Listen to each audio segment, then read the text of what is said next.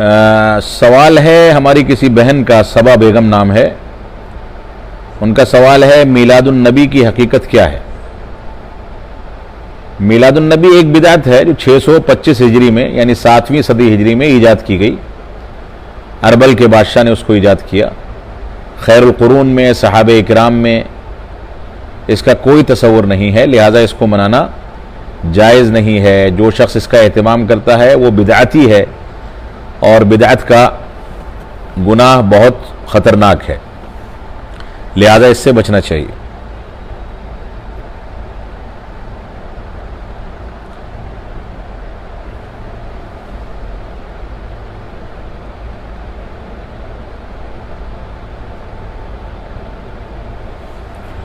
اور سوالات؟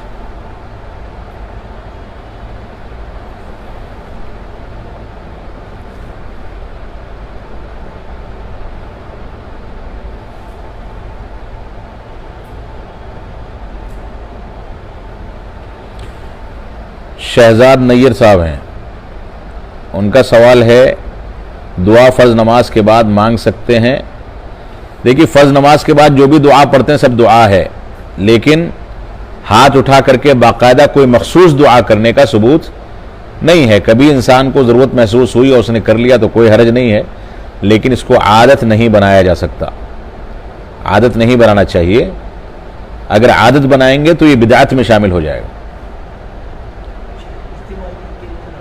اجتماعی دعا انفرادی بالکل کر سکتے ہیں۔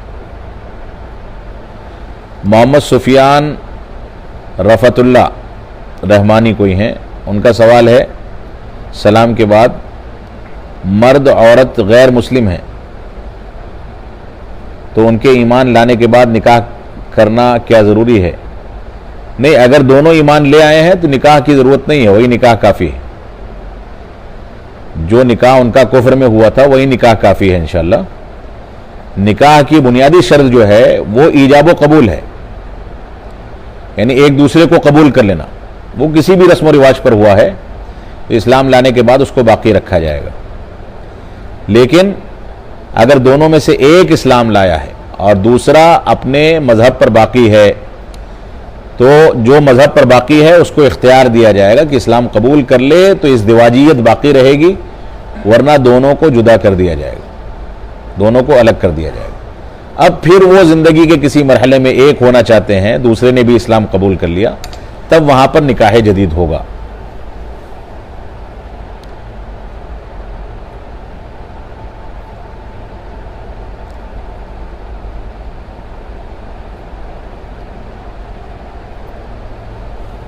میزان الرحمان صاحب کوئی ہیں، ان کا سوال ہے سلام کے بعد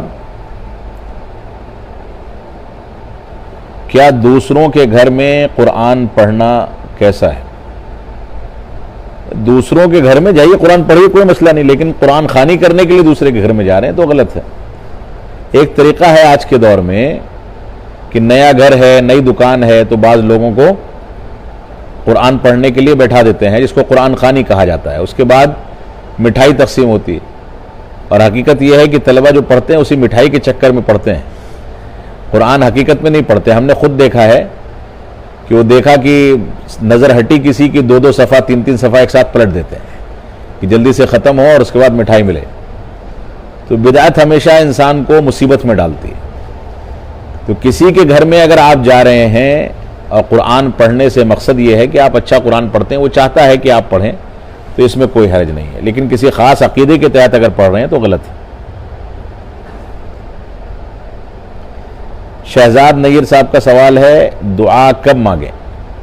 دیکھیے، دعا کے جو اوقات ہیں قبولیت کے، ایک تو سجدے کی حالت میں، اذان و اقامت کے درمیان، اذان ہو جائے اور جماعت کھڑے ہونے سے پہلے دعا کی قبولیت کا وقت ہے۔ جمعہ کے دن صلاۃ عصر کے بعد سے مغرب تک دعا کی قبولیت کا وقت ہے۔ خطبہ دیتے میں امام جو خطیب ہے وہ جب ممبر پر بیٹھتا ہے 2 خطبوں کے بیچ میں تو وہ دعا کی قبولیت کا وقت ہے۔ امام ممبر سے اتر کر کے مصلی کی طرف بڑھتا ہے تو جو وقفہ اس بیچ میں ہے وہ دعا کی قبولیت کا وقت ہے۔ اسی طریقے سے دعا کی قبولیت کا ایک افضل وقت ہے پچھلا پہر، یعنی رات میں آدھی رات کے بعد سے لے کر کے صلاۃ فجر تک یہ دعا کی قبولیت کا وقت ہے، لہٰذا اس وقت بھی اہتمام کرنا چاہیے۔ تو یہ دعا کی قبولیت کے بعض اوقات ہیں جس کا تذکرہ میں نے آپ کے سامنے کیا، ان اوقات میں آدمی کو دعا کرنی چاہیے۔ ڈاکٹر فیضان شاہد صاحب کوئی ہیں، ان کا سوال ہے گھر خریدنے کے لیے بینک سے لون لیا جا سکتا ہے کہ نہیں؟ نہیں، گھر خریدنے کے لیے یا کوئی بھی چیز خریدنے کے لیے بینک سے لون نہیں لے سکتے، کیونکہ بینک کا لون جو ہے وہ سود کی بنیاد پر ہوتا ہے، اور سود میں کسی بھی طرح کا تعاون کرنا یہ جائز نہیں ہے۔ کسی شخص سے آپ لون لے سکتے ہیں، کوئی آپ کا دوست ہے، اس سے پیسہ آپ ادھار لے لیں اور اس کے بعد جو وقت ہو اس میں واپس کر دیں۔ سود کی بنیاد پر اگر ہوگا تو جائز نہیں ہوگا، اور بینک ہمیں لون جو دیتا ہے وہ سود کی بنیاد پر دیتا ہے۔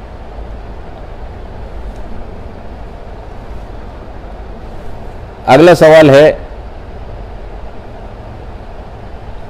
کاشف آزاد سنابلی صاحب کا، شیخ دیوالی کے موقع سے کمپنیاں بونس دے رہی ہیں اصل تنخواہ کے علاوہ، یہ لینا درست ہے یا نہیں؟ دیکھیے، اگر آپ نہیں لیں گے تو اس کا استعمال غلط ہوگا، لہذا اس کو لے لیں، لیکن اس کا استعمال جو ہے وہ اپنے اوپر نہ کریں، کسی غیر مسلم کے لیے کر لیں۔ کسی غیر مسلم لڑکی کی شادی نہیں ہو رہی، اس کی شادی میں تعاون دے دیں، کوئی غریب ہے، اس کے اگر کھانے پینے کی تنگی ہے اس کو ہدیہ کر دیں، ثواب کی نیت سے نہیں، عام طریقے سے اس کو دیا جا سکتا ہے، خود اس کو استعمال نہ کریں اور نہ چھوڑیں، اگر چھوڑیں گے تو اس کا استعمال غلط ہوگا، لہٰذا آپ اس کو لے لیں اور کسی غیر مسلم کو ہدیہ کر دیں۔ شعیب سراج صاحب، سلام کے بعد ان کا سوال ہے وطر میں اگر قنوت پڑھنا بھول جائیں تو نماز ہو جائے گی، شرعی دلیل کے ساتھ تھوڑی وضاحت فرمائیں۔ دیکھیں، وطر میں قنوت پڑھنا بھول جائیں یا جان بوجھ کر کے قنوت چھوڑ دیں، وطر پر کوئی فرق نہیں پڑتا ہے، کیونکہ وطر، دیکھیے آپ کا سوال جو ہے اس کی لاجک ہی غلط ہے، کیونکہ وطر بذات خود ہی واجب نہیں ہے تو قنوت کیسے واجب ہوگی؟ ایک بات، اب قنوت پڑھنا جو ہے اللہ کے رسول صلی اللہ علیہ وسلم کبھی پڑھتے تھے کبھی چھوڑتے تھے، لہذا انسان کبھی پڑھے کبھی چھوڑ دے، تو وطر جو ہے، وطر کا قنوت یہ پڑھنا واجب نہیں ہے، کبھی انسان پڑھے اور کبھی چھوڑ دے، اس میں کوئی حرج کی بات نہیں ہے۔ شرعی دلائل اس سلسلے میں اگر آپ مانگ رہے ہیں تو اس کی سیدھی سی بات یہ ہے کہ جب وطر ہی واجب نہیں ہے تو قنوت کے وجوب پر کون سی دلیل مل سکتی ہے ہمیں؟ دوسری بات یہ ہے کہ اللہ کے رسول صلی اللہ علیہ وسلم نے قنوت سکھایا ہے، پڑھنے کا حکم دیا ہوتا تو وہ وجوب پر دلالت کرتا،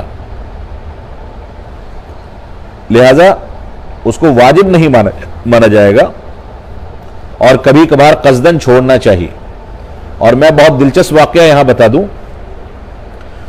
واقعہ ہے مکہ مکرمہ کا، اور بات آئی ہے تو اپنے بزرگوں کے تذکرے کیے جانے چاہیے۔ میرے والد گرامی رحمۃ اللہ علیہ کا واقعہ ہے، رمضان میں وہ تراویح میں شامل تھے، اور تراویح کے بعد ان کو شیخ عبد الرحمن سدیس سے ملاقات کرنی تھی، تو حرم کے اندر ان کا دفتر جو ہے وہاں پر آ کر کے بیٹھے، اور شیخ عبد الرحمن سدیس نے بہت لمبی دعا کرائی تھی اس دن وطر میں۔ تو جیسے ہی آ کر کے وہ اپنے دفتر میں بیٹھے تو کنگ فہد کا دور تھا، کنگ فہد کا فون آیا ان کے پاس، ان کے سیکریٹری کا، کہ ملک آپ سے، بادشاہ آپ سے بات کرنا چاہتا ہے۔ تو انہوں نے کہا ٹھیک ہے، بات ان کی ہوئی تو بادشاہ نے ان سے کہا کہ آج کی دعا مجھے آپ کی بہت پسند آئی، اور یہ لمبی دعا جو ہے اس طرح کی کراتے رہا کیجئے آپ۔ تو انہوں نے اس بات کا تذکرہ جو وہاں سامعین بیٹھے تھے ان سے کر دیا شیخ سدیس نے، کہ ملک کا فون آیا تھا اور انہوں نے میری دعاؤں کی تعریف کی، اور والد صاحب اتفاق سے وہاں موجود تھے تو انہوں نے فوراً ان کو پکڑ لیا، کہا کہ آپ یہ دعا جو ہے وہ بادشاہ کو پسند کرنے کے لیے کرتے ہیں کہ اللہ کے لیے کرتے ہیں؟ پہلا سوال تو یہ ہے۔ دوسری بات یہ کہ آپ پابندی سے دعا کرتے ہیں، اس کا شرعی حکم کیا ہے؟ دعا تو کبھی کبھی چھوڑنی چاہیے، اور دلائل پر بحث ہوئی، اور اتنی لمبی بحث ہوئی کہ اگلے دن انہوں نے وطر پڑھائی تو دعا چھوڑ دی، انہوں نے دعا کی ہی نہیں، تو دعا جب نہیں کی تو پھر شور مچا کہ شیخ سدیس جو کبھی دعا نہیں چھوڑتے تھے آج کیوں چھوڑ دی؟ تو یہ واقعہ ہے جو میرے والد گرامی رحمۃ اللہ علیہ اور شیخ سدیس کے درمیان بحث و مباحثے کا تھا، علمی بحث کا تھا، جس کی بنیاد پر انہوں نے ایک مرتبہ دعا چھوڑ دی تھی۔ تو بہرحال یہ ہمارے علماء ہیں، ائمہ ہیں، اور اتنے بڑے بڑے مقام پر ہونے کے باوجود یہ لوگ دلائل کی روشنی میں باتوں کو قبول کرتے ہیں۔ یہ کھل کر کے کہا کرتے تھے کہ میں نے منہج اور عقیدہ دنیا میں اگر کسی سے سیکھا ہے، شیخ سدیس آج بھی کہتے ہیں، تو وہ رحمانی صاحب سے سیکھا۔ یعنی ہم لوگ چھوٹے چھوٹے تھے تو ہمارے والد کے پاس وہ آ کر کے بیٹھ کر کے ہم کو درس دیا کرتے تھے۔ تو یہ اللہ کا فضل ہے، بات آئی تو میں نے بتا دی۔ اللہ تعالیٰ ان لوگوں کی مغفرت فرمائے، جو لوگ باحیات ہیں ان کو دنیا اور آخرت میں کامیابی سے نوازے۔ شمشاد شاہ صاحب کوئی ہیں، سلام کر رہے ہیں، وعلیکم السلام ورحمۃ اللہ۔ اگلا سوال ہے عبد المجید سما صاحب کوئی ہیں، سلام کر رہے ہیں، اس کا کہہ رہے ہیں کہ علمی خیانت کسے کہتے ہیں؟ علمی خیانت کس کو کہتے ہیں؟ خیانت اصل میں کہا جاتا ہے کسی چیز کے اندر بے ایمانی کرنے لگو، اور علمی خیانت کہا جاتا ہے کہ ہم کسی دوسرے کی بات کہیں سے لیں، پڑھیں اور اس کو اپنی جانب منسوب کر لیں۔ یعنی مثال کے طور پر میں کوئی کتاب پڑھ رہا تھا، اس میں بڑی اچھی عبارت مجھ کو ملی، حافظ ابن حجر نے لکھی ہے، علامہ البانی نے لکھی ہے، شیخ الاسلام ابن تیمیہ نے لکھی ہے۔ وہ عبارت مجھ کو اتنی پسند آئی کہ اب میں اپنی کتاب لکھ رہا ہوں تو اس عبارت کو اس کتاب کے اندر شامل کر دیا اور نیچے حوالہ نہیں دیا کہ یہ فلاں کتاب سے نوٹ کی گئی۔ یہ علمی خیانت ہے، اس کو سرقہ علمیہ کہا جاتا ہے، علمی چوری۔ یہ خیانت ہے، گناہ کا کام ہے۔ جو بات جہاں سے لی جائے وہاں منسوب ہونی چاہیے، اس کا حوالہ دیا جانا چاہیے، تو اسی کو علمی خیانت کہا جاتا ہے۔ اگلا سوال ہے عمران منصوری صاحب کا۔ عمران منصوری صاحب کہہ رہے ہیں کہ طلاق ہونے سے پہلے میاں بیوی ایک دوسرے کو جو ظلم ہو گیا ہے اس کا آخرت میں پوچھ ہوگی۔ دیکھیے، طلاق لینے سے پہلے اگر ظلم ہوا ہے اور معافی تلافی آپ نے نہیں کی تو یقیناً آخرت میں پوچھ ہوگی۔ طلاق لینا یا دینا یہ ظلم نہیں ہے اگر شرعی جواز کی بنیاد پر لیا یا دیا گیا ہے، یعنی شریعت کی گنجائش موجود ہے اور شریعت کی بنیاد پر ہم مجبوری میں طلاق دے رہے ہیں تو یہ ظلم نہیں ہے۔ لیکن اگر آدمی ایک دوسرے پر مار پیٹ کرتا ہے، ظلم و جور کرتا ہے، تو طلاق کے وقت اس کو معافی تلافی کر لینی چاہیے اگرچہ وہ طلاق دے دے، اور ہو سکتا ہے معافی تلافی کرنے کی وجہ سے طلاق کا معاملہ ٹل جائے اور دونوں پیار محبت سے آپس میں پھر سے رہنے لگیں۔ لہذا غلطی جو ہے، ظلم جو ہے، یہ ایک دوسرے پر جو زیادتی ہے اس کی تلافی تو ایک دوسرے سے معافی مانگے بغیر نہیں ہو سکتی، اور اگر معافی مانگے بغیر انسان مر گیا تو آخرت میں اس کی پکڑ ہوگی۔ اگلا سوال ہے نہال الدین خان صاحب کا، کہہ رہے ہیں نبی صلی اللہ علیہ وسلم کے وفات کے ساتھ کا صحیح تاریخ کیا ہے؟ اللہ کے نبی صلی اللہ علیہ وسلم کی وفات کی صحیح تاریخ 12 ربیع الاول ہے، جس تاریخ کو ہم عید میلاد مناتے ہیں، یا ہمارے بعض لوگ عید میلاد مناتے ہیں، وہی تاریخ رسول اکرم صلی اللہ علیہ وسلم کی وفات کی تاریخ ہے۔ اور آپ کو یاد ہوگا کہ اب سے 5 سال 10 سال پہلے تک اس کو 12 وفات کے نام سے ہی جانا جاتا تھا، میلاد النبی کے نام سے نہیں جانا جاتا تھا، یہ 12 وفات کہتے تھے 12 ربیع الاول کو۔ حقیقت یہ ہے کہ محدثین کا اتفاق ہے، اور ابھی میری نظر سے ایک کسی کا قول گزر رہا تھا اسلاف میں سے، کسی صحابی رسول کا، کہا کہ ہماری زندگی میں سب سے زیادہ تکلیف والا دن اور سب سے قبیح دن، جس دن ہم ہر قسم کی تکلیف کو محسوس کرتے تھے، وہ دن تھا 12 ربیع الاول کا دن، جس دن رسول اکرم صلی اللہ علیہ وسلم کی وفات ہوئی۔ تو 12 ربیع الاول یہ اللہ کے رسول صلی اللہ علیہ وسلم کی وفات کا دن ہے، اور راجح قول کے مطابق 9 ربیع الاول کو آپ کی ولادت ہوئی تھی، اگرچہ اس میں بھی اختلاف ہے، لیکن 12 ربیع الاول کو وفات کی تاریخ پر سب کا اتفاق ہے۔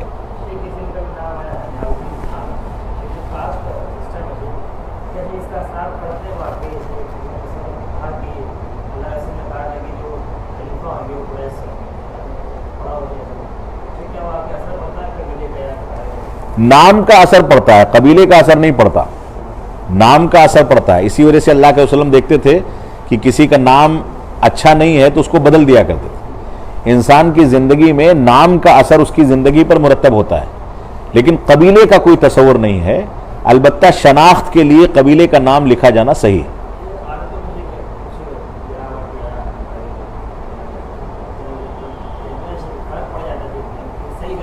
دیکھیے یہ ہوتا ہے کبھی کبھار، کچھ قبائل ایسے ہوتے ہیں جن کے یہاں عادتوں میں کچھ ہلکا پن ہوتا ہے، سمجھ رہے ہیں؟ تو اس طرح کی چیز ہو سکتی ہے، لیکن یہ کسبی ہے. جن قبائل میں یا جن برادریوں میں ہلکا پن ہے وہ محنت و جستجو کر کے اس ہلکے پن کو دور کر سکتے ہیں علم کی بنیاد پر. لہذا اگر آدمی اپنے قبائل کی عادتوں پر باقی رہے گا تو وہ ہلکا پن اس کے اندر باقی رہ جائے گا، لیکن قبائل کی عادتوں پر باقی نہ رہ کر کے وہ قرآن و سنت کی جانب مائل ہوگا تو وہ ہلکا پن اس کے اندر سے ختم ہو جائے گا.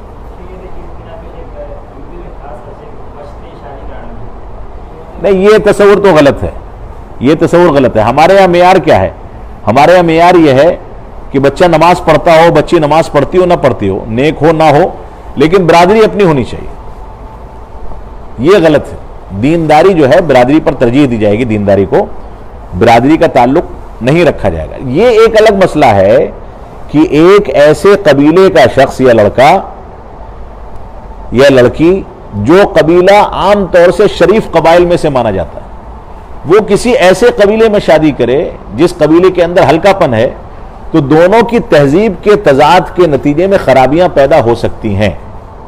لہذا اس کا لحاظ اگر اس خرابی سے بچنے کے لیے کیا جاتا تو کوئی حرج نہیں، لیکن اصل یہ ہے کہ اس کا لحاظ نہیں کیا جائے گا. اگلا سوال ہے شعیب سراج صاحب کوئی ہیں، ان کا سوال ہے اگر کوئی شخص اپنے گھر 40 دن سورہ بقرہ پڑھنے کے لیے بلائے تو جانا چاہیے کہ نہیں؟ 40 دن کی تخصیص کی کوئی حیثیت نہیں. سورہ بقرہ پڑھنا افضل ہے گھروں کے اندر، لیکن اس کو 40 دن 30 دن تک خاص کرنا یہ غلط ہے. اس تخصیص کی کوئی نوعیت نہیں ہے. اگر کوئی ایام خاص کر کے کسی کو بلاتا ہے تو غلط ہے، لیکن عام طریقے سے کوئی اچھی تلاوت کرتا ہے، قرآن مجید کو سمجھتا ہے اور اس کو بلا کر کے تلاوت کرائی جا رہی ہے تو اس میں کوئی حرج کی بات نہیں ہے. کوئی شخص ہے لا تحزن ان کا نام ہے، نام تو اصل یہ نہیں ہوگا، لا تحزن غم نہ کرو. سلام کے بعد کہہ رہے ہیں بال چھوٹے اور بڑا رکھ سکتے ہیں یا سب ایک سائز کا ہونا چاہیے؟ دیکھیے بالوں کے بارے میں رسول اکرم صلی اللہ علیہ وسلم نے قرع سے منع کیا، یعنی سر کے اندر انسان کچھ بالوں کو چھوٹا کرے کچھ بالوں کو بڑا رکھے، جس کو آج کے دور میں فوجی کٹ کہا جاتا ہے. فوج کے لوگ اس طرح سے کرتے ہیں، یہ جائز نہیں ہے اسلام میں. اسلام میں یہ ہے کہ جب بال کٹوائیں تو سارے بال کٹوائیں، کچھ بالوں کو چھوٹا کچھ کو بڑا نہ رکھیں، بلکہ سارے بال برابر برابر کاٹے جائیں، کچھ کو بڑا چھوٹا رکھنا یہ درست نہیں ہے. اب انتظار تھا جن لوگوں کا جن کو بلاک کرنا تھا وہ آ گئے، قطر میں بیٹھے بیٹھے ویزا پاکستان سے، اللہ رحم کرے. سلیم نوری صاحب کوئی ہیں، ان کا سوال ہے کہ آپ کے ادارے میں آف لائن تعلیم کا سلسلہ کب شروع ہوگا؟ یہ مجھے پوچھنا پڑے گا حکومت سے. جب تک وہ لوگ اعلان نہیں کرتے جب تک آف لائن کا سلسلہ شروع نہیں ہو پائے گا. یہ گائیڈ لائن پر منحصر ہے حکومت کی. حکومت جب اجازت دے گی کہ ہاسٹل کھل سکتے ہیں، کلاسوں میں گیدرنگ ہو سکتی ہے، تبھی آف لائن تعلیم شروع ہوگی. اگر بچے آس پاس کے ہوتے کلاس میں آ کر کے پڑھ سکتے تھے تو ہم شروع کر چکے ہوتے، لیکن ہمارے پاس مجبوری ہاسٹل کی ہے. جو بھی بچے ہیں سب ہاسٹل والے ہیں. ہاسٹل کی گائیڈ لائن جو ہے وہ ابھی تک جاری نہیں ہوئی ہے، یا اگر جاری ہوئی ہے تو اس میں اتنی سختیاں ہیں کہ اس کو نبھا پانا ممکن نہیں. حنیف سید صاحب کوئی ہیں، کہہ رہے ہیں عقیقے کے جانور کے دانت ہونا ضروری ہے؟ دیکھیے عقیقے اور قربانی کے جانور میں احکامات مشترک ہیں، بس فرق یہ ہے کہ عقیقے میں چھوٹے جانور کا تذکرہ ملتا ہے، اگرچہ بڑے جانور کو بھی کیا جا سکتا ہے، لیکن احکامات یکساں ہیں. دعا ہے، دانتا ہونا ہے، یہ سب کا سب یکساں ہے، لہذا اس کا لحاظ کیا جانا چاہیے. شیر محمد صاحب کوئی ہیں، ان کا سوال ہے کہ دادا اپنے پوتے کو زمین وصیت کر سکتا ہے یا نہیں؟ دیکھیے یہاں پر وصیت واجب ہے دادا کے لیے ایسی صورت میں کہ دادا کی موجودگی میں اس کا بیٹا مر جائے، وفات پا جائے. دادا موجود ہے، ابھی جائیداد تقسیم نہیں ہوئی ہے اور بیٹے کی وفات ہو جائے. اب بیٹے کے بیٹے یعنی پوتے یا بیٹی کے بیٹے نواسیاں یہ اگر موجود ہیں اور باپ کی موجودگی میں اس کے بیٹے یا بیٹی کی وفات ہو گئی تو ایسی صورت میں دادا کی یا نانا کی ذمہ داری ہے، ان پر واجب ہے کہ وہ اپنی جائیداد میں سے مناسب حصہ اپنے نواسیوں کے لیے یا پوتے پوتیوں کے لیے وصیت کریں. ایسی صورت میں واجب ہے ان پر. لیکن اگر بیٹا موجود ہے تو اپنے پوتے کے لیے وصیت نہیں کر سکتے. بیٹے کو جو حصہ ملے گا وہ اس کے بچے اس میں شامل ہوں گے.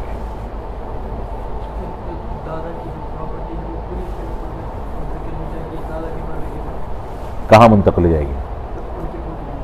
نہیں، پوری منتقل ہوگی. جو بچے باقی ہیں باحیات ہیں ان بچوں کو ملے گی. ایک ہی بیٹا تھا تو وہ پوتوں میں منتقل ہوگی. اور دوسرے وارثین کبھی ایسا ہوتا ہے کہ کوئی کسی کو عاق کر دیتا ہے تو وہ پوری تفصیل دیکھنی ہوگی، اس کے بعد فیصلہ کریں گے. لیکن اگر باپ کی زندگی میں بیٹا مر جائے اور بیٹے کے بچے ہیں تو باپ کے اوپر واجب ہے شریعت کی جانب سے کہ وہ مرنے سے پہلے وصیت کرے اپنے پوتوں کے حق میں، اور وصیت کے ذریعے پوتوں کو حصہ دیا گیا ہے، وراثت میں شامل نہیں کیا گیا.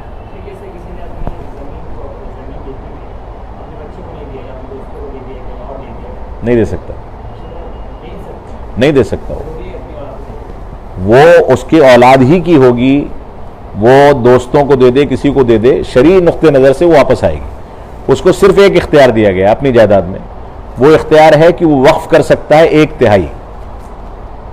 1/3 1/3 سے زیادہ وقف نہیں کر سکتا. 1/3 کو بھی اللہ کے رسول نے بار بار کہا کہ وہ زیادہ ہے. والثلث کثیر، والثلث کثیر، آپ بار بار دہراتے رہے کہ 1/3 بھی زیادہ ہے.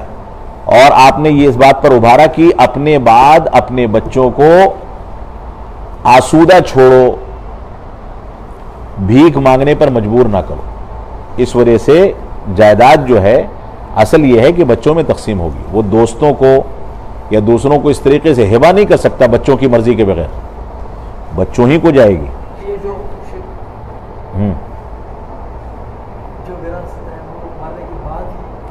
ہاں اصل تو یہی ہے کہ مرنے کے بعد ہوگی، کیونکہ زندگی میں اگر کر دے گا تو اس کی اصل تقسیم موت کے وقت بدل سکتی ہے. جس دن موت ہوئی ہے اس دن کی سچویشن کے حساب سے تقسیم کیا جاتا ہے. اب باپ مرا، اس کے 3 بیٹے ہیں اور 2 بیٹیاں ہیں، تو 3 بیٹوں میں 2 حصہ اور 2 بیٹیوں میں 1 حصہ تقسیم ہوگا. یہ طریقہ ہے شریعت کا. اب باپ نے وفات سے پہلے تقسیم کر دیا، فرض کر لیجئے پھر اس کے مرنے سے پہلے اس کا کوئی بیٹا یا بیٹی مر گئے، اور وراثت تو ڈسمس ہو جائے گی نا. پھر لڑائی جھگڑے شروع ہو جائیں گے آپس میں، ان کے بچوں میں اور ان میں آپس میں. اس لیے اصل تو یہی ہے کہ وراثت وفات کے بعد فوراً تقسیم کی جانی چاہیے، اور وفات کے وقت جو کیفیت ہے اس کیفیت پر تقسیم کی جانی چاہیے. وراثت میں وارثین کے لیے کوئی وصیت نہیں ہے. نہیں وہ زیادہ کم نہیں کر سکتا. جو شریعت کا طریقہ ہے اس پر کرے گا. اگر زیادہ کم کرے گا تو وہ جتنا بوجھ زمینوں کا ہے 7 زمینوں کا بوجھ اس پر قیامت میں آئے گا. یہ بہت بڑی کوتاہی ہے ہمارے معاشرے میں ہندوستان میں کہ لڑکوں کو حصہ دے دیا یا کسی ایک لڑکے کو دے دیا، دوسروں کو محروم کر دیا، بچیوں کو محروم کر دیا. یہ حرام کام ہے جس کی وجہ سے ایک خاندان پوری زندگی آپس میں لڑتا رہتا ہے. اس کے بچے لڑتے ہیں، وہ نہیں لڑتا تو اس کے بچوں میں جھگڑے پیدا ہوتے ہیں. کیا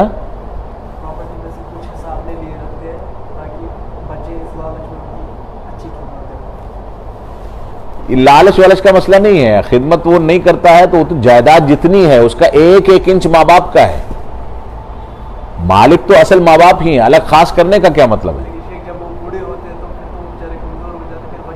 وہ الگ مسئلہ ہے کہ انہوں نے جیسی تربیت کی ویسا بھگتیں گے.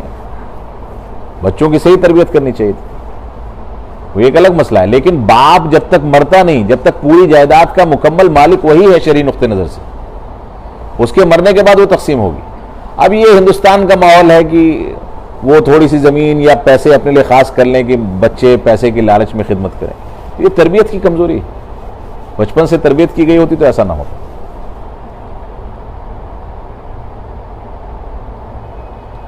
اگلا سوال ہے علیم الدین رحمانی صاحب کوئی ہیں. موبائل اور رومال وغیرہ نمازی نماز پڑھتے وقت اپنے سامنے رکھتا ہے تو کیا نماز نہیں ہوتی؟ نہیں، ایسا کچھ نہیں ہے. نماز کے آگے رومال ہے، موبائل ہے، کچھ اس طرح کی چیزیں اگر نظر نہیں بھٹکتی اس سے تو رکھی جا سکتی ہیں، کوئی حرج کی بات نہیں. موبائل قیمتی ہے تو سامنے ہی رکھ لینا چاہیے، ورنہ کنارے سے کوئی جیب سے نکال کے بھاگ جائے گا، کوئی پتہ نہیں. تو اس وجہ سے سامنے رکھنے میں کوئی حرج نہیں. بس یہ ہے کہ اس کو پلٹ کر کے رکھیں، ایسا نہ ہو بیچ میں اسکرین آن ہو جائے یا کوئی فون آ جائے تو انسان کی نگاہیں بھٹک جائیں اس سے. لہذا الٹا کر کے رکھے، سائلنٹ کر کے رکھے، کوئی حرج نہیں ہے. اور نماز اگر گھر کے آس پاس کہیں مسجد ہے تو گھر چھوڑ کر کے آئے، موبائل زیادہ بہتر ہے.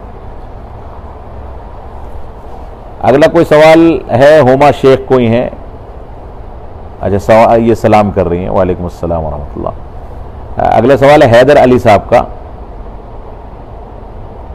کیا مسجد کے اندر سترا ضروری ہے؟ جی بالکل، سترا جو ہے واجب ہے. اگر انسان بغیر سترے کی نماز پڑھتا ہے، کوئی آدمی سامنے سے گزرتا ہے تو اس کی وجہ سے تشویش پیدا ہوتی ہے. لہذا سترا سامنے رکھنا چاہیے. جب باجماعت نماز ادا کریں تو امام کے آگے سترا ہوگا اور وہ مقتدیوں کے لیے کافی ہوگا. اور جب تنہا نماز ادا کریں تو کوشش ہماری یہ ہونی چاہیے کہ سامنے سترا رہے، دیوار کی آڑ میں یا کھمبے کی آڑ میں نماز ادا کریں. جی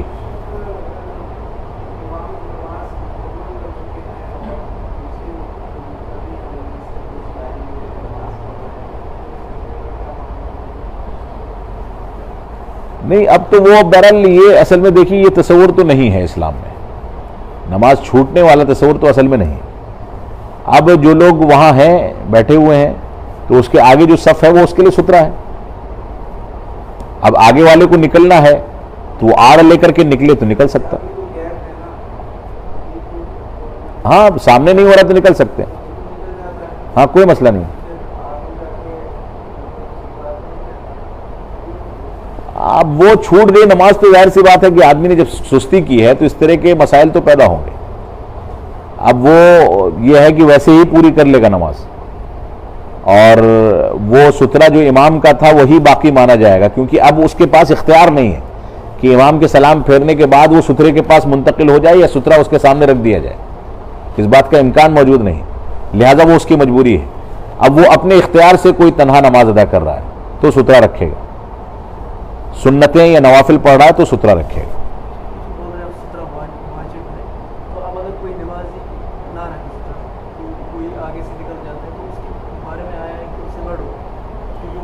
ہاں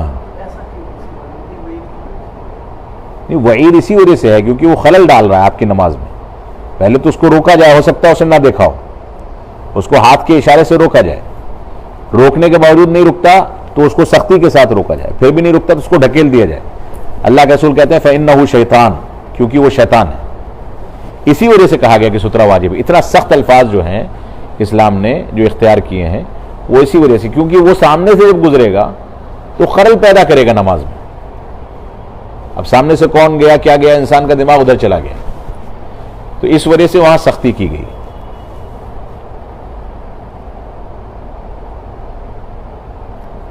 اگلا سوال ہے ہما شیخ صاحبہ کا. کیا رب جعلنی مقیم الصلاۃ پڑھ سکتے ہیں نماز کے بعد؟ ایک دعا ہے انفرادی طور پہ پڑھ سکتے ہیں، رب جعلنی مقیم الصلاۃ، کہ اللہ رب العالمین مجھ کو نماز قائم کرنے والوں میں سے بنا. ایک دعا ہے، انسان ہر وقت کر سکتا ہے، نماز کے بعد بھی کر سکتا ہے، کوئی مذاق نہیں. لیکن اجتماعی شکل میں نہیں ہوگی، انفرادی طور پر کر سکتے ہیں. رب جعلنی مقیم الصلاۃ ومن ذریتی. شمشاد شاہ صاحب کہہ رہے ہیں لوگوں کے پیسے سے بزنس کرنا کیسا ہے؟ وہ آپ کے اور لوگوں کا مسئلہ ہے. جو آپس میں اگر یہ ایگریمنٹ ہو جاتا ہے کہ پیسہ ہمارا ہے، محنت آپ کی ہے، اور جو پرسنٹیج آپس میں طے ہو جائے تو کوئی حرج کی بات نہیں. اس میں جائز چیزوں کی تجارت اور سود سے بچتے ہوئے تجارت. جو آدمی پیسہ لے کر کے لوگوں سے سرمایہ لے کر کے بزنس کر رہا ہے وہ آدمی اپنا محنتانہ الگ سے لے گا یا پرسنٹیج زیادہ متعین کر لے گا, اور جس کا پیسہ لگا ہوا ہے اس کو اس کے پرسنٹ کے حساب سے ہر مہینے منافع دے گا. اور اس میں جو اسلامی ضابطہ ایک مشترک ہے وہ یہ ہے کہ نفع اور نقصان میں دونوں برابر شریک رہیں گے. اگر تجارت میں نقصان ہو گیا تو دونوں برابر شریک ہوں گے نقصان میں, یا جو پرسنٹیج متعین ہوئی ہے اس پرسنٹیج کے مطابق اس میں شریک ہوں گے نقصان میں.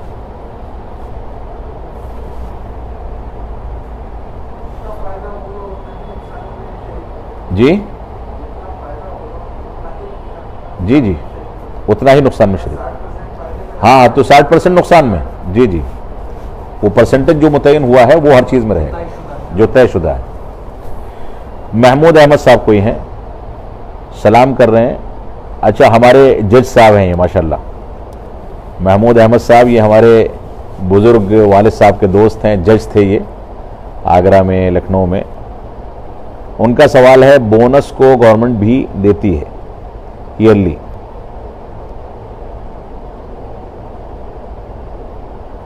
اچھا دیوالی کے بونس کے بارے میں جو سوال آیا تھا اس پر آپ کا سوال ہے کہ گورنمنٹ بونس دیتی ہے. جو بونس گورنمنٹ ملازمت پر دے رہی ہے وہ تو درست ہے, اس بونس میں کوئی مذاقہ نہیں, لیکن دیوالی پر جو بونس دیا جاتا ہے چاہے حکومت کی طرف سے ہو چاہے کسی پرائیویٹ کمپنی کی طرف سے, کیونکہ اس کی مناسبت ایک غیر اسلامی تہذیب یا غیر اسلامی طریقے کی بنیاد پر ہے, اس وجہ سے اس سے روکا جا رہا ہے.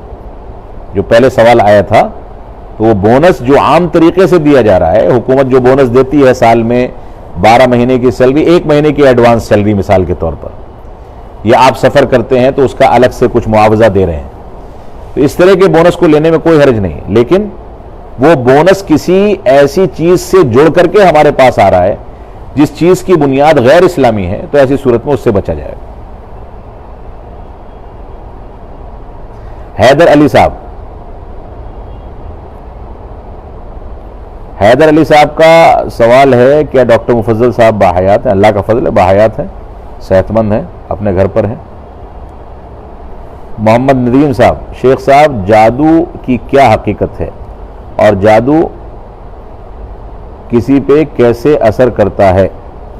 دیکھیے جادو ایک مسلم حقیقت ہے, جادو ہوتا ہے, اس کے اثرات ہوتے ہیں, اور یہ شیطان اور جناتوں کی مدد سے کسی پر اثر کرتا ہے, اگرچہ اللہ کی مرضی کے خلاف اثر نہیں کر سکتا, لیکن شیطان کا حاوی ہونا, ہمارا دین سے دور ہونا, ناپاک رہنا, بہت ساری چیزیں ایسی ہیں, اللہ پر اعتماد کا کمزور پڑ جانا, یہ اعتماد اور توکل کا کمزور پڑ جانا, اس کے نتیجے میں جادو تھوڑے یا زیادہ اثرات کی شکل میں ہمارے اوپر حاوی ہوتا ہے اور ہو سکتا ہے. اور اس سے بچنے کا طریقہ اللہ رب العالمین کا کلام ہے, قرآن مجید کی تلاوت, سورہ بقرہ کی تلاوت, آیت الکرسی, معوذتین, اور جو رسول اکرم صلی اللہ علیہ وسلم نے دعائیں بتائی ہیں ان دعاؤں کے ذریعے اس کا علاج آسان ہے.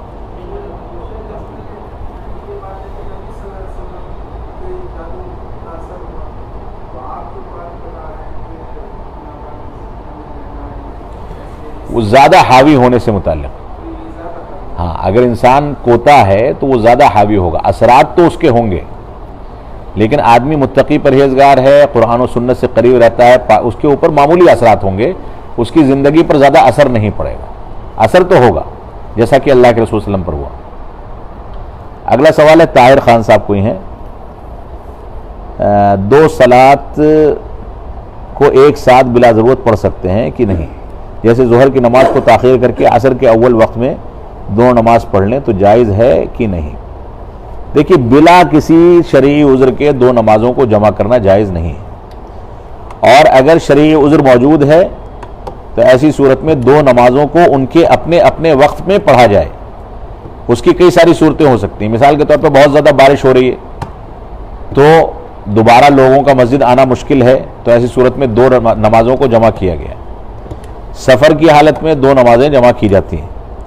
اسی طریقے سے مسلمانوں کی عام مصلحت کا ایک مسئلہ ہے کہ کوئی مسلمان کہیں جمع ہیں اور بہت زیادہ حساس اور سینسٹیو مسائل پر گفتگو چل رہی ہے، اگر وہ گفتگو کاٹی جائے گی تو مسلمانوں کی عام مصلحت جو ہے وہ نقصان ہوگا اس کو. تو ایسی صورت میں ظہر اور عصر کی نماز جمع کی جا سکتی ہے، لیکن اس کا طریقہ یہ ہوگا کہ ظہر کی نماز ظہر کے آخری وقت میں ادا کی جائے گی. یعنی مثال کے طور پر 3:30 بجے عصر کی نماز کا وقت شروع ہوتا ہے، تو ظہر کی نماز 3:20 پر یا 3:15 بجے ادا کی جائے، اور ظہر کی نماز سے سلام پھیرنے کے 2-4 منٹ جو بچے ہیں اس کا انتظار کر کے پھر عصر اول وقت میں پڑھ لی جائے. مسلمانوں کی عام مصلحت ہے تو ایسا کیا جا سکتا ہے. اسی طریقے سے بعض بیماریوں میں اللہ کے نبی صلی اللہ علیہ وسلم نے اس کی اجازت دی ہے. مثلا وہ خواتین جن کو حیض کے خون کے بعد بھی کسی بیماری کی وجہ سے خون آتا ہے، ناپاکی کا مسئلہ ہے، تو ایسی صورت میں اللہ کے رسول صلی اللہ علیہ وسلم نے فرمایا کہ فجر اپنے وقت پر پڑھو اور ظہر کو مؤخر کر دو عصر کے پہلے تک، اور اس وقت طہارت اختیار کر کے ظہر کو ظہر کے آخری وقت میں اور عصر کو عصر کے اول وقت میں پڑھ لو. ایسے ہی مغرب اور عشاء، مغرب کو مؤخر کر دیا جائے عشاء کے پہلے تک، یعنی مغرب کے آخری وقت تک، اور مغرب کی نماز کا سلام پھیرنے کے بعد 2-4 منٹ انتظار کر کے پھر عشاء کی نماز پڑھ لی جائے. تو اس طریقے سے ان خواتین کو دن بھر میں 5 مرتبہ طہارت حاصل کرنے کے بجائے صرف 3 بار طہارت حاصل کرنی ہوگی، آسانی پیدا ہو جائے گی. اس طرح کی کوئی بیماری کسی مرد کو ہے، مثال کے طور پر پیشاب کے قطرے بار بار ٹپکتے ہیں یا اس طرح کا کچھ مسئلہ ہے، تو ایسی صورت میں وہ اس رخصت پر عمل کر سکتا ہے. ایک کافی ہے اذان، 2 اقامت ہوں گی، 1 اذان کافی. محمد ندیم صاحب کوئی ہیں، کہہ رہے ہیں کیا کھانے کی چیزوں پر ہی جادو اثر کرتا ہے؟ نہیں، جادو کسی پر بھی اثر کر سکتا ہے. کھانے کی چیز پر، استعمال کی چیز پر، ہماری آواز پر، ہماری نگاہوں پر، کسی بھی چیز پر ہو سکتا ہے. جادو کی مختلف نوعیتیں ہیں اور مختلف نوعیتوں کے لحاظ سے وہ کام کرتا ہے. اس سے بچنے کا یہی طریقہ ہے کہ آپ صبح شام کے اذکار، پاکی صفائی، بیت الخلاء میں خاص کر کے جاتے ہوئے اس کے اذکار اور نماز کے بعد کے اذکار کی پابندی کریں. اللہ پر اعتماد رکھیں، کچھ بھی نہیں ہوگا انشاءاللہ. ہلکا پھلکا اثر ہو کے ختم ہو جائے گا، آپ کو پتہ بھی نہیں چلے گا. رعوف ابن یحییٰ کوئی ہیں، کہہ رہے ہیں پیسوں پر زکوٰۃ دینا ہے یا عشر؟ برائے کرم وضاحت کیجیے. دیکھیے ہر چیز کا اپنا اپنا الگ طریقہ ہے. جو پیسے ہیں، اچھا سیبوں پر زکوٰۃ دینا ہے یا عشر پر؟ دیکھیے پھل یا غلہ ایک وہ ہوتا ہے جو مستقل طور سے رکھا جاتا ہے، اسٹاک کیا جاتا ہے، اور اس طرح کے پھل جو رکھے نہیں جاتے بلکہ خراب ہو جاتے ہیں. دونوں کی نوعیت میں فرق ہے. جو پھل یا غلہ رکھا جا سکتا ہے تو اس کی ایک مقدار ہے کہ اتنی مقدار پر اگر وہ ہمارے پاس آیا ہے تو اس میں سے اتنی مقدار زکوٰۃ میں نکالی جائے گی. اب عشر ہے، پانی خود ملتا ہے یا پانی ہم خرچہ کر کے اس کو مہیا کرتے ہیں، اس لحاظ سے اس میں فرق ہو جائے گا. اگر پانی مہیا کر کے ہم کرتے ہیں تو اس کا 20واں حصہ، اور اگر پانی خود مل جاتا ہے تو اس کا 10واں حصہ. یہ طریقہ ہوگا زکوٰۃ نکالنے کا. پھل ایسے ہیں جو خراب ہو جاتے ہیں تو پورے سال کا کیلکولیشن کر کے اس پر 2.5% زکوٰۃ نکالی جائے گی. ایسے پھل ہیں جن کو اسٹاک کیا جاتا ہے تو اس کی مقدار 700 کلو اگر ہے تو اس پر اس کا 2.5% زکوٰۃ نکالی جائے گی. یہ طریقے ہیں. اب وہ کیا نام ہے، عشر یا 20 جو ہے وہ اس طریقے پر زکوٰۃ نکالی جائے گی. پانی ملنے نہ ملنے پر اس کا انحصار ہوگا. اگلا سوال ہے رحمت اللہ ریاضی، سلام کر رہے ہیں کسی غیر مسلم اپنے تہوار میں دعوت دیں تو اس میں شرکت کر سکتے ہیں؟ دیکھیے اگر تہوار میں دعوت صرف دعوت کے ارادے سے ہے اور اس میں ان کے تہوار کا کوئی رسم و رواج نہیں ہے تو ایسی صورت میں کر سکتے ہیں، شرکت کر سکتے ہیں. اس کا حکم اسی طریقے سے ہوگا جیسے شادی بیاہ میں کوئی غیر مسلم بلائے. لیکن اگر اس کے تہوار سے مراد ایسی دعوت ہے جو تہوار کا اور اس کے رسم و رواج کا حصہ ہے تو ایسی صورت میں بچنا چاہیے. اگلا سوال ہے طارق عزیز صاحب کوئی ہیں، قصر کتنے فاصلے پر کر سکتے ہیں، اور 3 میل کے فاصلے پر جو مسلم کی روایت ہے اس پر رہنمائی فرمائیں، اللہ رب العالمین آپ کو جزائے خیر دے۔ دیکھیے قصر کا جو معیار ہے وہ شہر کی آبادی چھوڑنے کا ہے، 3 میل یا 10 میل یا 20 میل یا 50 میل یا 100 میل کا اعتبار نہیں ہوگا۔ صحیح مسلم کی یا دوسری حدیث کی کتابوں میں جو مسافت کا تذکرہ ہے وہ مختلف کیفیات کے لحاظ سے ہے، کبھی اس پر عمل ہوا، کبھی اس کے بعد دوسرے طریقے پر عمل ہوا۔ انسان جس آبادی میں رہ رہا ہے، جس شہر میں رہتا ہے، اس شہر کو چھوڑ کر کے سفر کی نیت سے شہر سے باہر کوچ کر جائے تو وہ سفر میں مانا جائے گا، اور آبادی چھوڑنے کے بعد وہ قصر کرے گا۔ راجح بات یہی ہے، میل کا لحاظ نہیں کیا جائے گا۔ آدمی گاؤں دیہات میں رہتا ہے تو 2-4-5 کلومیٹر کے بعد قصر شروع ہو جائے گی۔ دلی جیسے شہر میں یا بڑے شہر میں رہتا ہے تو 50 کلومیٹر کے بعد بھی قصر شروع نہیں ہو پائے گی، کیونکہ شہر بہت پھیلا ہوا ہے، لہذا اس چیز کا لحاظ رکھا جائے گا۔ اس میں مسافت کا لحاظ نہیں ہے، اپنی آبادی کو چھوڑ کر کے سفر کی نیت سے نکلنے کا لحاظ کیا جائے گا، اسی پر قصر کی جائے گی۔ عبد الجبار رنگریز صاحب کوئی ہیں، کہہ رہے ہیں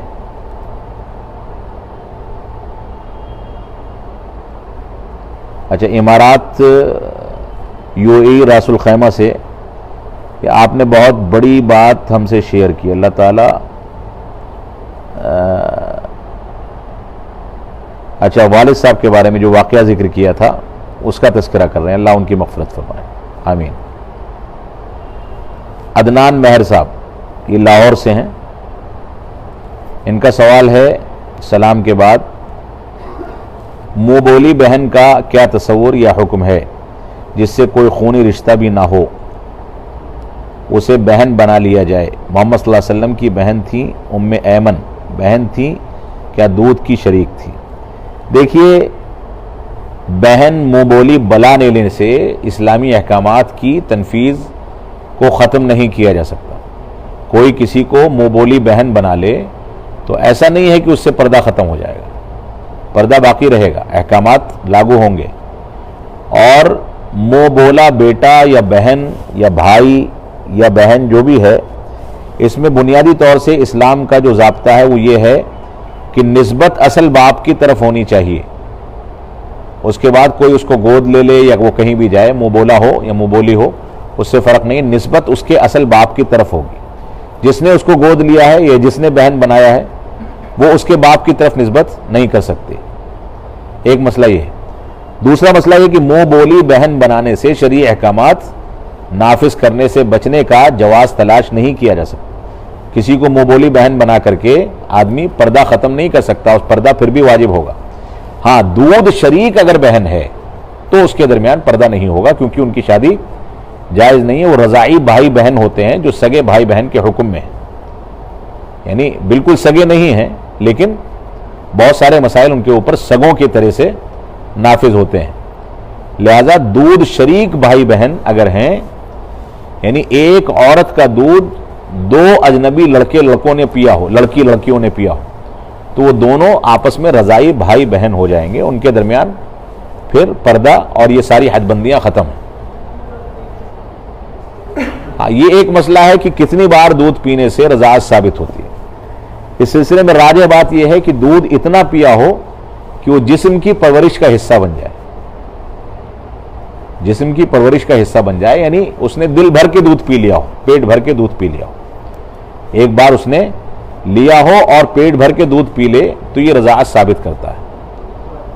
ایک بار میں وہ اپنا دل بھر کے یا پیٹ بھر کے دودھ پیتا ہے تو وہ رضاعت ثابت ہو۔ ہلکا پھلکا ایک بار ایک گھونٹ پی لیا یا ہلکا سا اس نے منہ میں لگا لیا تو اس سے رضاعت ثابت نہیں ہوتی۔ اڈاپٹ جی۔ معین خان صاحب، ان کا سوال ہے کیا اقامت کے وقت بھی نبی صلی اللہ علیہ وسلم پر درود پڑھنا چاہیے؟ موقع ہے پڑھیے، اس میں کون سا مسئلہ ہے، بالکل پڑھنا چاہیے۔ اللہ کے رسول صلی اللہ علیہ وسلم کا نام جب بھی آئے تب درود پڑھیں۔ امروہہ سے احمد اظہر صاحب ہیں، کہہ رہے ہیں مسجد کے فرسٹ فلور پر خواتین نماز پڑھ سکتی ہیں؟ بالکل پڑھ سکتی ہیں، کوئی مسئلہ نہیں ہے۔ گراؤنڈ فلور پر پڑھیں، فرسٹ فلور پر پڑھیں، جو جگہ ان کے ساتھ خاص کر دی گئی وہاں وہ نماز پڑھ سکتے ہیں۔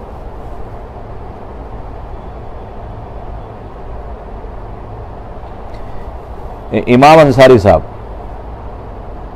کہہ رہے ہیں کھانا کھاتے وقت اگر دانت میں چاول یا گوشت وغیرہ پھنس جائے پھر بعد میں نکلے تو کیا اسے نگل سکتے ہیں؟ نہیں، اس کو پھینک دیں، اس کے بعد اس کو نگلیں گے نہیں، کیونکہ اب اس کے اندر جراثیم پیدا ہو گئے، بیماریاں پیدا ہو گئی، اس کو نکال کر کے پھینک دیا جائے۔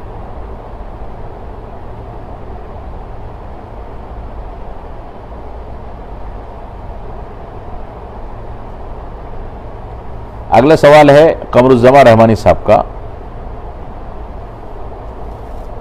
آپ کا نمبر مل سکتا ہے، آپ سے فون پر بات کرنا چاہتا ہوں، اور ایک سوال یہ ہے کہ وہ کون عیسائی تھے جو دائرہ اسلام میں داخل ہو کر کے مرتد ہو گئے، انتقال کے بعد ان کی نعش قبر بھی قبول نہیں کرتی؟ اللہ عالم، مجھے اس کا علم نہیں ہے، اگر کسی کو پتہ ہو تو بتائیں وہ کون عیسائی تھے۔ جہاں تک نمبر کا سوال ہے تو وہ کسی موقع سے دیکھا جائے گا انشاءاللہ۔ نمبر تو میرے لیے درد سر بن گیا ہے اس وقت۔ حیدر علی صاحب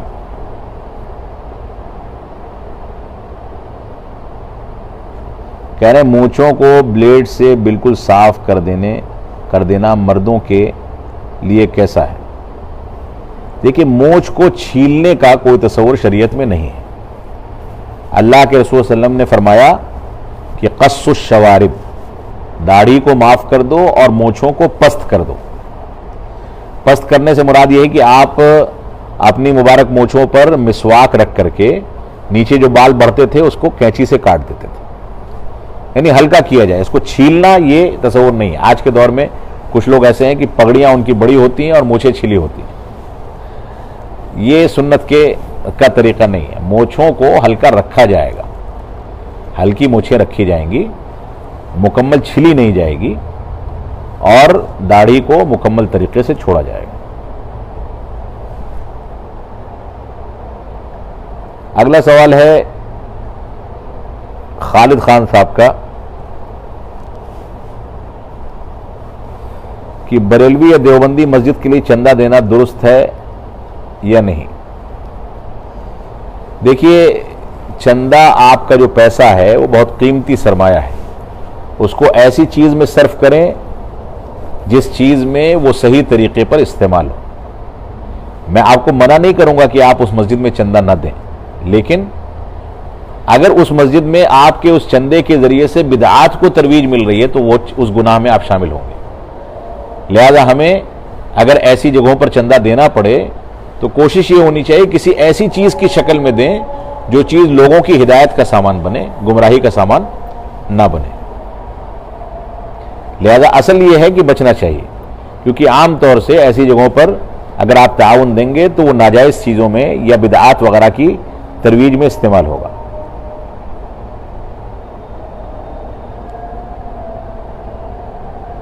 اگلا سوال ہے محسن خان صاحب کوئی ہیں، اگر والد نے کسی کو بچوں کے بنا اجازت کے زمین دے دی تو اگر اولاد اس زمین کو واپس لینا چاہے تو اس کا کیا حکم ہے شریعت سے؟ دیکھیے، اصل تو یہی ہے کہ والد نے جو دی ہے کسی کو زمین، وہ کس بنیاد پر دی ہے؟ اس کو زمین وقف کرنے کا اور 1/3 زمین وقف کرنے کا حق حاصل ہے، 1/3 سے زیادہ وقف کرنے کا حق حاصل نہیں ہے۔ اپنے کسی دوست کو وہ زمین یا مال و دولت ہبہ کرتا ہے تو ہبہ کرنے میں اس کو اس بات کا خیال کرنا چاہیے کہ اس کے بچوں کا حق نہ مارا جائے۔ ہبہ کرنا اس کے لیے جائز ہے، یعنی ہدیہ دینا، ہبہ کرنے سے مراد کسی کو کوئی چیز گفٹ کرنا چاہتے تو جائز ہے۔ اب کوئی آدمی بہت سخی ہے، بہت پیسے والا ہے، اور وہ اپنے دوستوں کو زمینیں ہدیہ دیتا ہے تو وہ سمجھے، ایسا تو عام طور سے ہوتا نہیں ہے۔ یہ زمینیں، جائیدادیں جو بڑی مالیت کی چیزیں ہوتی ہیں یہ بچوں کے لیے چھوڑی جاتی ہیں۔ ہدیہ، تحفہ جو ہے یہ چھوٹی موٹی رقموں کی شکل میں دیا جاتا ہے۔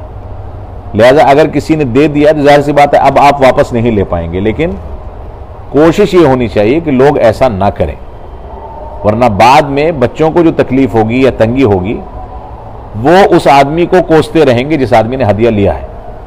لہذا کوشش ہونی چاہیے کہ اس طرح کے رواج سے ہم بچیں.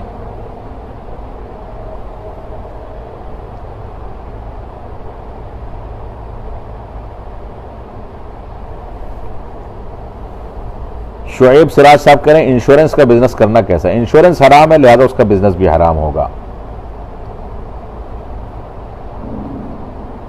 شبیر صاحب ہمارے ساتھی ہیں، کشمیر سے جڑے ہوئے ہیں، سلام کر رہے ہیں. وعلیکم السلام ورحمۃ اللہ. عبد الماجد صاحب، کیا ایک ہی امام دو جگہ عیدین کی نماز پڑھا سکتا ہے؟ بالکل، عیدین بھی پڑھا سکتا ہے، فرض نمازیں بھی پڑھا سکتا ہے، جمعہ بھی پڑھا سکتا ہے، جنازہ بھی پڑھا سکتا ہے، کوئی فرق نہیں پڑتا ایسے، دو جگہ پڑھا سکتا ہے. محمد محسن صاحب سلام کے بعد سوال کر رہے ہیں، میرا سوال ہے کہ لیٹ کر قرآن پڑھنا چاہیے موبائل میں؟ دیکھیے آداب میں سے ہے، پڑھنا جائز ہے لیکن خلاف ادب ہے، لہذا بیٹھ کر کے پڑھیں. کوئی آدمی بیمار ہے لیٹے لیٹے پڑھتا ہے تو پڑھ سکتا ہے، کوئی حرج کی بات نہیں ہے. اور بعض ایسی صورتیں ہیں جو انسان بستر پر لیٹنے کے بعد زبانی پڑھتا ہے تو کوئی حرج نہیں ہے. قرآن شریف لے کر کے پڑھ رہا ہے تو ادب کا تقاضا ہے کہ بیٹھ جائے. تو کوشش یہ ہونی چاہیے کہ قرآن شریف کے آداب کا خیال کیا جائے اور بیٹھ کر کے تلاوت کی جائے. معراج عالم صاحب سلام کے بعد کہہ رہے ہیں رفع الیدین کرتے ہوئے رکوع میں جانا کیسا ہے؟ اللہ کے رسول صلی اللہ علیہ وسلم سے جو رفع الیدین ثابت ہیں وہ تکبیر تحریمہ کے وقت، رکوع میں جاتے ہوئے اور رکوع سے اٹھتے ہوئے، یہ تین جگہوں پر ثابت ہیں. اور آپ نے جو سوال کیا ہے رفع الیدین کرتے ہوئے رکوع میں جانا کیسا ہے، یہ مسنون عمل میں سے ہے. اللہ کے رسول صلی اللہ علیہ وسلم نے اس کو ہمیشہ کیا ہے، اس عمل کو ہمیشہ کیا ہے، یہاں تک کہ مرض الموت میں بھی رسول اکرم صلی اللہ علیہ وسلم یہ رفع الیدین کرتے تھے. لہذا اس رفع الیدین کی سنت کو زندہ کیا جانا چاہیے. اگلا سوال ہے ابو وقاص سلفی صاحب کوئی ہیں، سود کی رقم کا کیا کیا جائے؟ اس سے پہلے اس کا جواب کئی بار آ چکا ہے. سود کی رقم جو ہے وہ کسی غریب غیر مسلم کو دی جا سکتی ہے، ثواب کی نیت سے نہیں. کوئی غریب انسان ہے جو اس رقم کا استعمال مسلمانوں کے خلاف نہیں کرے گا بلکہ اپنی ضرورتوں کے لیے لے گا، تو ایسی صورت میں اس کو وہ رقم دی جا سکتی ہے. کوئی مسلمان ظلماً کسی مقدمے میں پھنس گیا، اس کو اس مقدمے سے نکالنا ہے، رشوت دینے کی ضرورت پڑتی ہے تو رشوت میں اس کا استعمال کیا جا سکتا ہے. اگرچہ رشوت دینا لینا دونوں حرام ہے لیکن ظلماً انسان پھنسا ہے، جیسا کہ ہمارے ملک میں بدقسمتی سے ایسے واقعات ہوتے رہتے ہیں، لہذا ایسی جگہوں پر اس کا استعمال کر سکتے ہیں. کسی مشترکہ بیت الخلاء کی تعمیر کی جا سکتی ہے. مشترکہ بیت الخلاء سے مراد یہ ہے کہ جس کو مسلمان غیر مسلم سب استعمال کرتے ہیں، پبلک ٹوائلٹس. یہ اسی طرح سے راستے پر ضرورت ہے راستے کو بنوانے کی، جہاں مسلم غیر مسلم سب جاتے آتے ہیں تو عام راستے پر ملبہ وغیرہ ڈلوایا جا سکتا ہے. Muhammad Akshar ul Haq, R C M product selling کرنا پر کمپنی انکم دے رہی ہے، کیا یہ انکم لینا جائز ہے؟ آر سی ایم کیا ہے میں اس سے واقف نہیں ہوں، لیکن اگر اپنے پروڈکٹس پر کوئی کمپنی کچھ انکم دے رہی ہے اس وجہ سے کہ آپ اس کا پروڈکٹ بیچتے ہیں اور وہ پروڈکٹ حلال ہے اور اس کمپنی کی تجارت کا طریقہ سودی نہیں ہے، غیر سودی ہے، تو ایسی صورت میں اس پر کمپنی اگر کچھ دے رہی ہے پروڈکٹ پر تو اس میں بظاہر تو کوئی حرج نہیں ہے.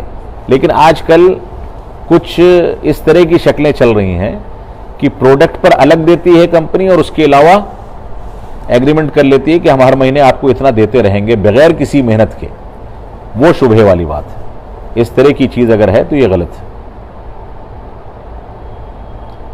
اگلا سوال ہے، آخری سوال لے رہے ہیں کیونکہ اذان ہو چکی ہے. عبد المحسن صاحب سلام کر رہے ہیں، کیا شیطان موت کا ذریعہ بن سکتا ہے؟ اگر اللہ نے موت کا ذریعہ شیطان ہی کو بنایا تو بن سکتا ہے. اللہ کے حکم کے بغیر موت نہیں آئے گی. اب موت ایک گاڑی کے ذریعے، بے جان گاڑی کے ذریعے آ سکتی ہے، انسان چلتے چلتے گر پڑے، بیماریوں کے ذریعے مر سکتا ہے. تو شیطان بھی اگر مقدر میں یہ لکھا گیا ہے کہ شیطان کے ذریعے موت آئے گی تو شیطان کے ذریعے سے موت آ سکتی ہے. اور اگر اللہ نے موت کا وہ طریقہ نہیں لکھا ہے ہمارے مقدر میں تو شیطان کتنی بھی کوشش کر لے ہمیں کوئی نقصان نہیں پہنچا سکتا. ایک آدھ سوال اور لے لیتے ہیں، ابھی ہے 9 منٹ ہمارے پاس.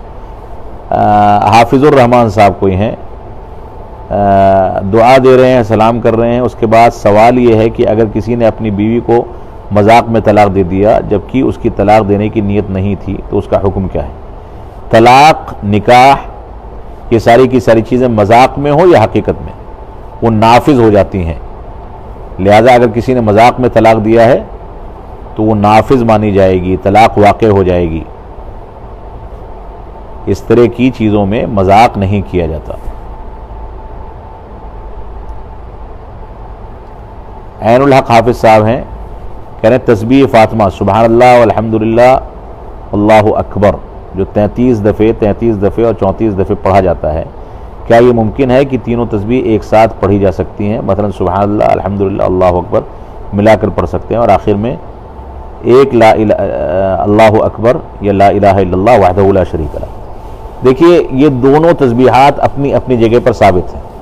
نماز کے بعد جو طریقہ ہے تسبیح کا وہ یہی ہے کہ 33 بار سبحان اللہ پڑھیں، پھر 33 بار الحمدللہ پڑھیں اور 34 بار اللہ اکبر پڑھیں، یا 33 بار اللہ اکبر پڑھیں اور ایک بار لا الہ الا اللہ وحدہ لا شریک لہ، اس کے ذریعے 100 کی تعداد پوری کر لیں۔ نماز کے بعد یہ طریقہ ثابت ہے، اور اگر ان تینوں تکبیرات کو ملا دیا جائے تو یہ نماز کے بعد کے لیے نہیں لیکن دوسرے اوقات میں ایسا کیا جا سکتا ہے۔ سبحان اللہ والحمدللہ ولا الہ الا اللہ واللہ اکبر، یہ تسبیح کے بعض صیغے حدیث سے ثابت ہیں، ان کو کثرت کے ساتھ انسان پڑھ سکتا ہے، لیکن نماز کے بعد وہی طریقہ اختیار کیا جائے گا جو طریقہ فاطمہ رضی اللہ تعالیٰ عنہا کو اللہ کے رسول صلی اللہ علیہ وسلم نے بتایا تھا کہ 33 بار سبحان اللہ، 33 بار الحمدللہ اور 34 بار اللہ اکبر پڑھا جائے، اس کو الگ الگ ہی پڑھا جائے گا۔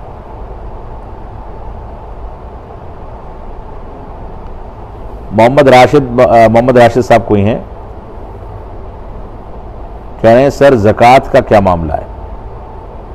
مانو میرے پاس گاڑی ہے، ٹرک، اور اس کے اوپر قرضہ ہے 9 لاکھ اور گاڑی کی قیمت ہے 15 لاکھ، تو کیا زکوٰۃ واجب ہے؟ دیکھیے گاڑی جو ہے استعمال کی چیز ہے، اس پر زکوٰۃ نہیں ہے، لیکن گاڑی کے ذریعے آپ کے پاس جو آمدنی آتی ہے وہ آمدنی اگر سال بھر 85 گرام سونے کے برابر ہے اور جمع رہتی ہے، 85 گرام یعنی 8.5 تولہ سونے کے برابر وہ آمدنی ہے اور پورے سال آپ کے پاس بیلنس رہتی ہے تو اس کا 2.5% ہے۔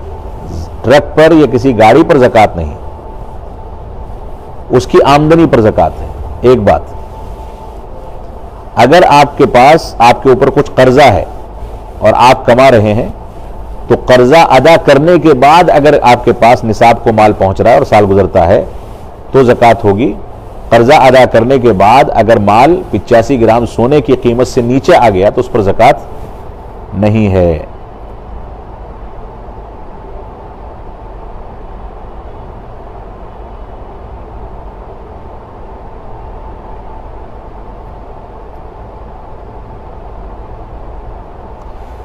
اسی پر ہم ختم کریں گے پروگرام۔ مزید کچھ سوالات اگر رہ گئے ہوں تو انشاءاللہ اس کو رات میں جواب دے دیا جائے گا۔ ایک سوال اور لے لیتے ہیں عبدالجبار رنگریز صاحب کا۔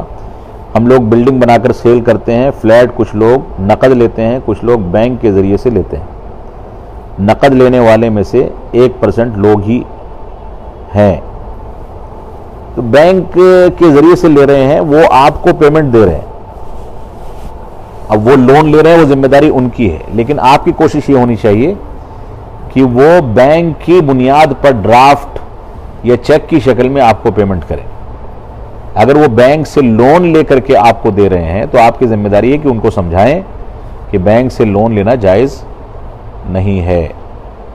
ظاہر سی بات ہے کہ موجودہ دور میں انکم ٹیکس کے مسائل ہیں جس کی بنیاد پر نقد لینے والے لوگ کم ہی ہوں گے، بینک کی بنیاد ہی پر لوگ لیں گے۔ اب بینک کی بنیاد جو ہے وہ ان کے بیلنس کی بنیاد پر آپ کو ڈی ڈی دیا جا رہا ہے یا چیک دیا جا رہا ہے تب تو ٹھیک ہے، لیکن اگر وہ بینک سے لون لے کر کے آپ کو دے رہے ہیں تو ایسی صورت میں اگر آپ کو علم ہو جاتا ہے تو آپ کو سمجھانا چاہیے۔